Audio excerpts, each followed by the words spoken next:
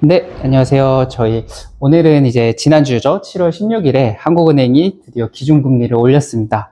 그래서 오늘은 이 기준금리 인상에 따라서 이제 우리 회사 자금 조달 측면에서 어떤 일이 발생하는지 내용을 간략하게 정리하고 이제 어떤 식으로 좀 대응을 준비하면 좋은지 그 부분에 대해서 한번 말씀을 드려보겠습니다. 일단은 7월 16일이죠. 한국은행 총재 이제 새로 바뀌신 총재님이 기준금리를 0.25% 올렸습니다.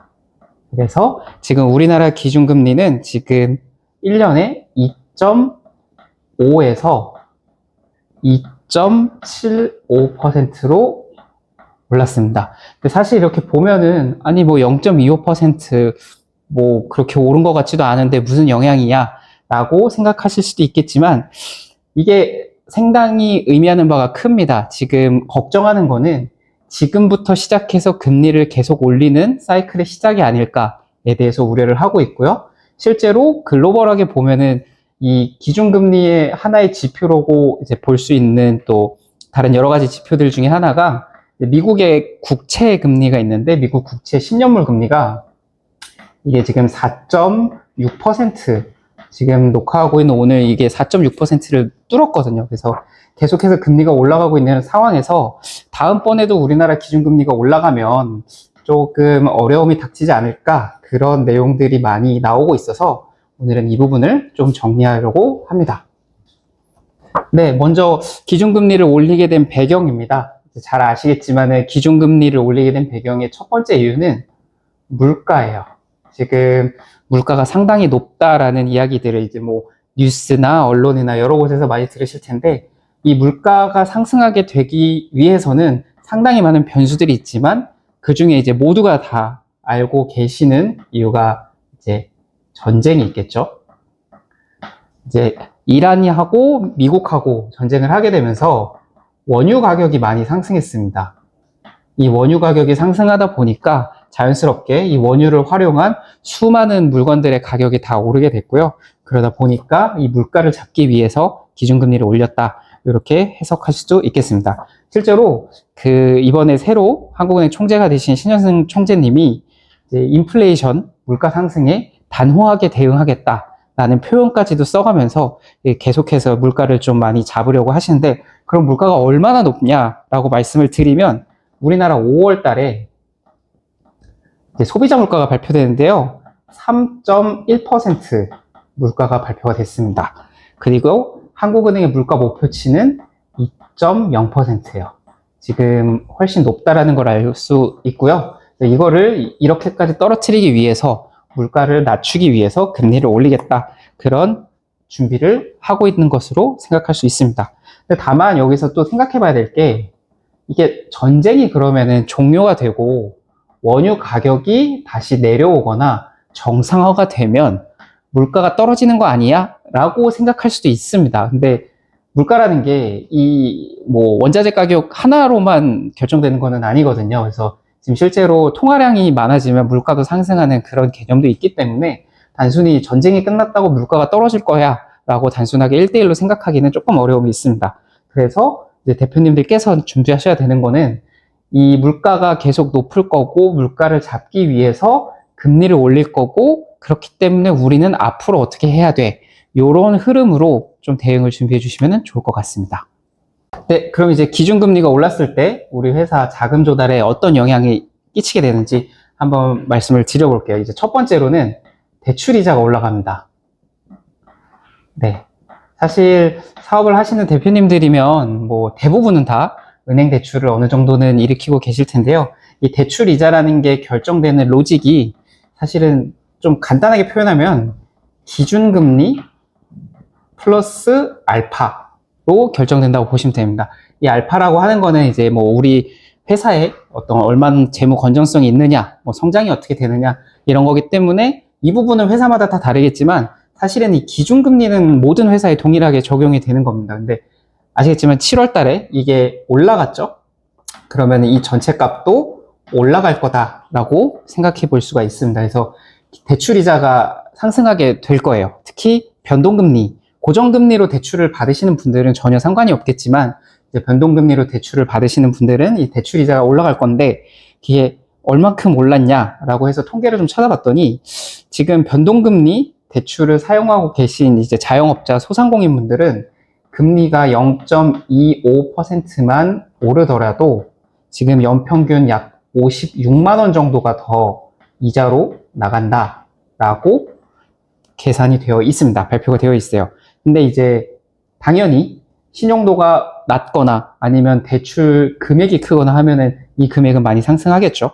근데 지금 보게 되면은 자영업자 대출 잔액이 지금 우리나라 약 1095조 정도 잡혀 있다고 나오고요.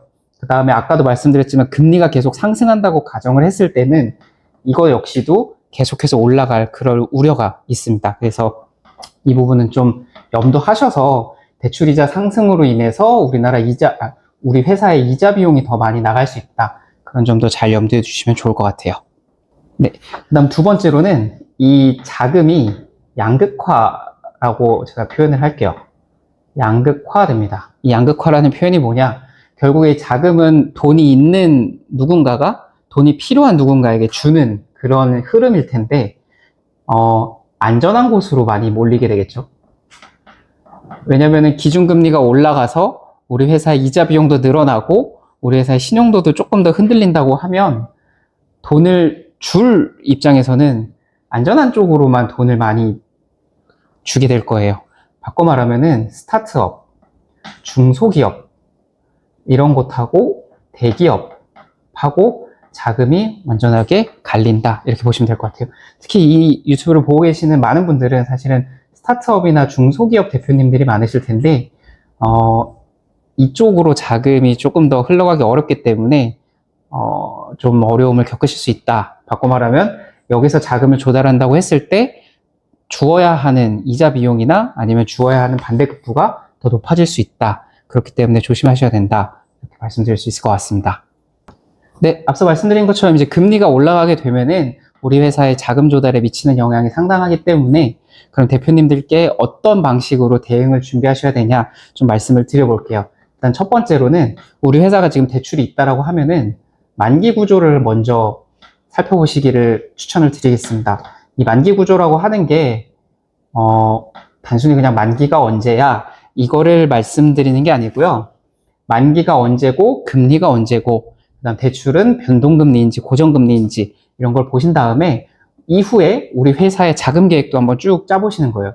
그래서 예를 들어서 우리가 자금이 뭐 몇 달 뒤에는 필요하지 않을 것 같아 라고 하면은 대출을 바로 상환해 버리는 거죠. 왜냐면은 조금 더 지나면 금리가 올라가서 비용이 더 많이 발생할 수 있으니까. 근데 우리가 계속해서 이 자금이 조금 더 필요할 것 같아. 근데 금리는 오를 것 같대 라고 판단을 하시면 이거를 조금 일찍 만기를 연장하시는 것도 방법입니다. 금리가 오른 상태에서 만기를 연장하기보다는 금리가 오르기 전에 조금 선제적으로 만기를 연장하시면은 금리를 어느 정도 좀 낮은 상태에서 대출을 조금 더 오랫동안 사용하실 수 있을 것 같아요. 다음 두 번째로는 이게 채널이 여러 가지가 있을 수 있습니다. 이 채널이라고 하면 뭐냐면 우리가 대표님들 특히 이제 자금을 어디서 조달해야 돼요 라고 하면 대부분은 다 은행을 생각하실 거예요. 근데 이 은행은 담보가 없거나 신용이 없거나 아니면 소기업이거나 스타트업들은 자금이 거의 돌지 않습니다. 자금을 주지 않는데요. 그렇기 때문에 은행뿐만이 아니라 정책자금이라는 것들을 알아보시면 좋을 것 같아요. 특히 요즘 정권에서는 이 소상공인들을 살려야 된다라는 기조가 강하기 때문에 이런 정책자금, 그 다음에 뭐 이자 지원 아니면 자금 지원해주는 프로그램들이 나라에서 많이 알리고 있기 때문에 그런 부분을 한번 잘 찾아서 지원을 해보시면 높은 금리에서 낮은 금리로 갈아타서 조금 더 유용하게 자금을 사용하실 수 있을 것 같습니다. 그다음 세 번째로는 요 만기 구조하고 좀 관련이 있는데 우리 회사 현금 흐름, 우리 회사의 현금 흐름입니다. 이 현금 흐름에 따라서 지금 당장은 현금이 좀 충분하게 다가와서 괜찮은데 몇 년 뒤 아니면 몇 달 뒤에 현금 흐름이 좀 불안할 것 같아. 현금이 이렇게 오다가 뭐 이렇게 올 것 같아. 아니면 이렇게 갈 것 같아 라고 예상이 되시면은 이거에 맞춰 가지고 대출을 어떻게 할 건지 뭐 대출을 갚을 건지 아니면 조금 더 많이 땡기실 건지 아니면 다른 채널로 바꾸실 건지 이런 것들을 좀 결정을 하셔야 됩니다.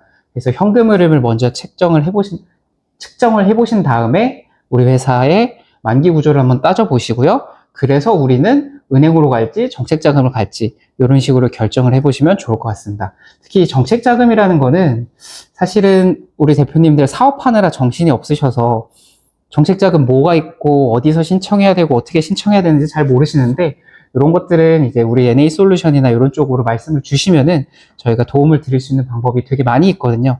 그래서 궁금하신 점이 있으시면은 언제든지 편하게 말씀을 해주시면 제가 이 부분은 적극적으로 도움을 드리도록 하겠습니다. 네, 그럼 오늘은 이제 금리 인상에 따라서 우리 회사 자금 조달이 어떤 식으로 영향을 받고 어떻게 대응하면 되는지 말씀을 드렸는데요. 잘 이 내용 살펴보시고 적절하게 대응하셔서 안전하게 사업을 꾸준하게 영위하실 수 있었으면 좋겠습니다. 감사합니다.